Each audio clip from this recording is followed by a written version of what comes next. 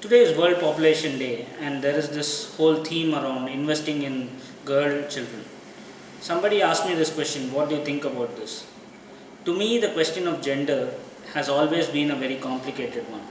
It's complicated because by using programs that target specific sections of the society as beneficiaries, you're actually inevitably kind of reinforcing the stereotypes.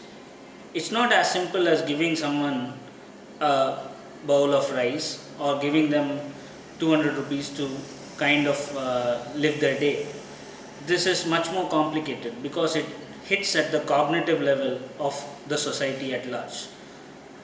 Hence, I would rather like to see programs that are designed to ensure an ecosystem that is for all.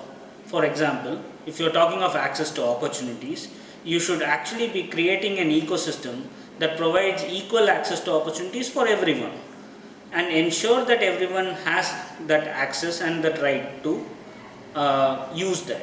Similarly, if you are talking of a safe city, you would rather create a safe city for everyone, and the girl child will also benefit from that. That to me is a much more holistic and sustainable solution rather than using programs that are targeted at specific beneficiaries. I do understand where this school of thought is coming from as well. The chain is as strong or weak as its weakest link, and to a lot of people, the girl children are the most vulnerable and the weakest part of the society, and hence they want to target them.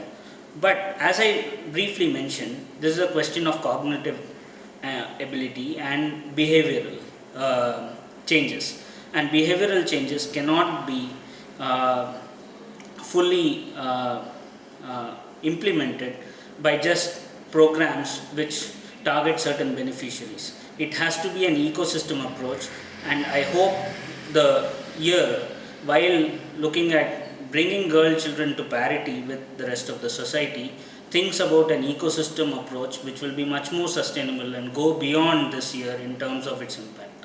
Thank you.